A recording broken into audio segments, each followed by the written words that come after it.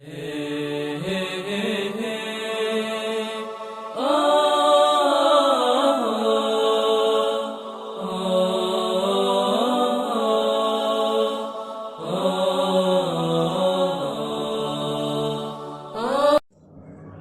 الأحبة الكرام، طبتم وطاب سعيكم وممشاكم وتبوأتم جميعا من الجنة منزلا، وأسأل الله جل في علاه أن يجمعنا مع النبي محمد صلى الله عليه وسلم في جنته ودار مقامته، إنه ولي ذلك مولاه.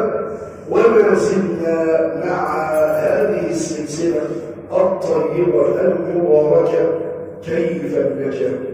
أسأل الله أن يجعلني وإياكم من أهل النجاة يوم القيامة. اليوم مع وسيلة وغاية جديدة من النجاة من عذاب الله، ألا وهي البعد عن الحرام. أسأل الله أن يباعد بيننا وبين الحرام كما باعد بين المشرق والمغرب، اللهم آمين. وسيلة وغاية من الوسائل والغايات التي تبعد الإنسان عن الهلاك، أن تبتعد عما حرم. وهذه الأمور للتقي. طبعا العبد التقي دائما ذكرنا أن التقوى هي الوقاية من عذاب الله بفعل الأوامر واجتناب النواهي. هو يتقي بأي أمر ربنا أمر به، أي أمر النبي أمر به سمعا وطاعة، أي نهي في القرآن أو السنة أبعد. حط قدامنا دايما كده إن النفس دي أنت اللي بتحكم فيها، ونفس وما سواها فألهمها فجورها وتقواها. قد أفلح من زكاها وقد خاب من دساها.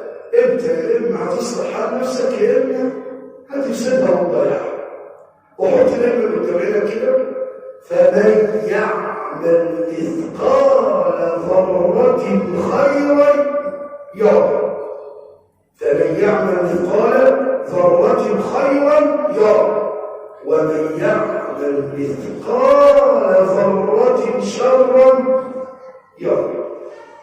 لو مثقال ذرة عملتها خير هتلاقيها في ميزان حسناتك، شر موجود. لكن بفضل الله مع التقي كما أخبرنا الله تبارك وتعالى في القرآن إن الحسنات يذهبن السيئات. عايز بقى تأتي يوم القيامة تلاقي ذنوب كده متشالة مش موجودة بكثرة الحسنات. طيب احنا أهم حاجة عندنا عايزين نبعد عن الحرام. النبي صلى الله عليه وسلم أخبرنا كما عند مسلم إن الله فرض فرائض فلا تضيعوها، وحد حدودا فلا تعتدوها، وسكت عن أشياء فلا تنتهكوها. يبقى الله تبارك وتعالى وضع علينا كده قوانين في فرائض، أنفذ أدعى الفرائض، وحد حدود فلا وحد حدودا فلا تعتدوها. أي حد ناهي، حد من حدود الله أبعد. هو ده الفوز. الفوز إن أنا أبتعد عما حرم الله عشان أنجو من عذاب الله. طيب، رجل ذهب إلى إبراهيم بن أدهم. إبراهيم بن أدهم كان عالم فقيه،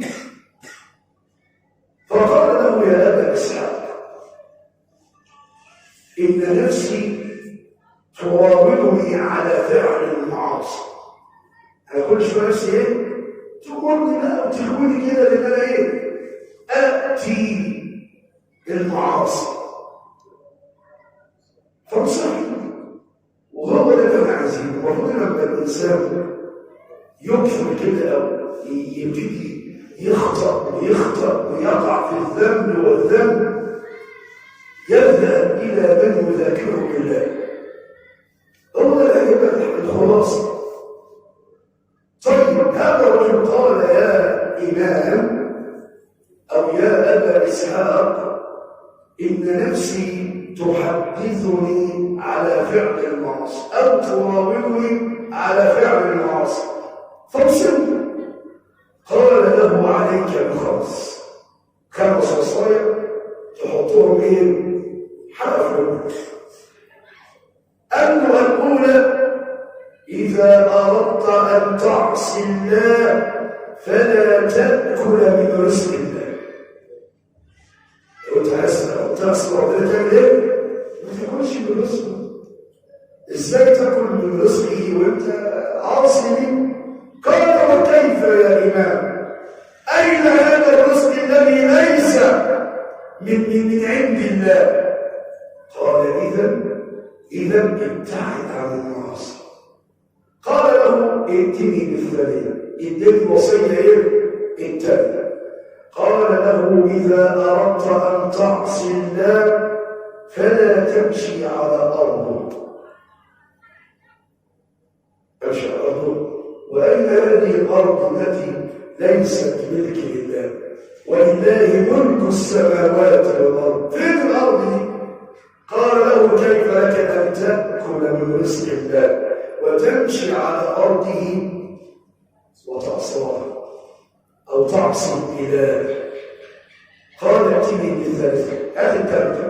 قال له إذا أردت أن تعصي الله فاذهب إلى مكان لا يراك الله فيه.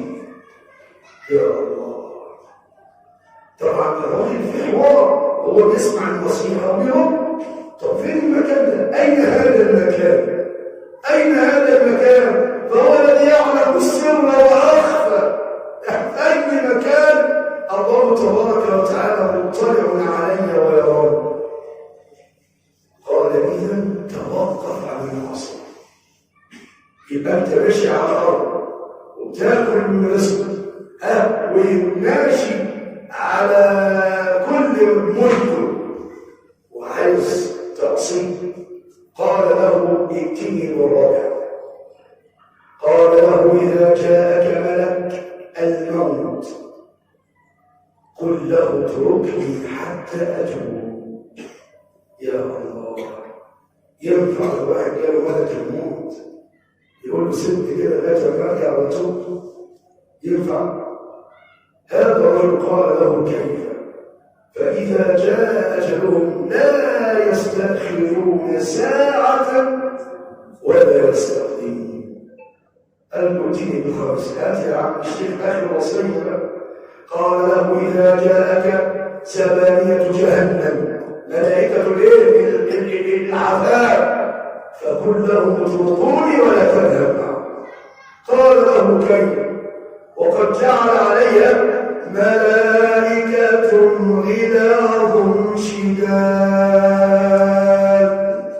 لا يعصون الله ما أمرهم ويفعلون ما يؤمرون. طب لما انت عارف انت ماشي على الارض وتاكل من رزقه وعايش في خيرات الملك ولا تستطيع ان تقول لملك الموت اتركني لو نزل عليك وانت وقت ذنب او على معصيه، لا تستطيع ان تتحدث مع ملائكه العذاب، كيف لك وتريد بعد هذا ان تعصي الله؟ قال صدقت يا امام والله لن اعود الى الذنب او المعاصي مره اخرى. فهذا هو حالنا يا عباد الله. تذكر هذا الامر ان احنا كلنا ملك لله ليس الخطا، واعلم انك مخطئ، كل ابن ادم خطاء ولكن خير الخطائين التوبه. ارجع توب كل يوم كده، اوعى الله تبارك وتعالى يمل من العبد كل يوم جدد التوبه. قل يا عبادي الذين أسرفوا على أنفسهم لا تقنطوا من رحمة الله إن الله يغفر الذنوب جميعا إنه هو الغفور الرحيم. عايزين نقول كلمة ترجم حاجات على قدر استطاعتك. ابعد عن الحرام، إياكم والحرام فإن الحرام مهلك هالك. مال الحرام، الأكل الحرام، الشرب الحرام، أي شيء يجي يدخل بطنك أو على جسمك حرام. لا، اسمع أخبارنا الحبيب النبي صلى الله عليه وسلم كل لحم نبت من أكل سحت أي من أكل حرام فالنار أولى به. حط دي دايما حلقة كده في ودنك إن أي ما لا يدخل عليك في بطنك بأكل أو شراب أو لبس النار أولى بهذا اللحم اللي هو ينبت من إيه؟ من حرام. أسأل الله أن يكفيني وإياكم شر الحرام إنه ولي ذلك والقادر عليه. أقول قولي هذا وأستغفر الله العظيم لي ولكم وقوموا إلى صلاتكم.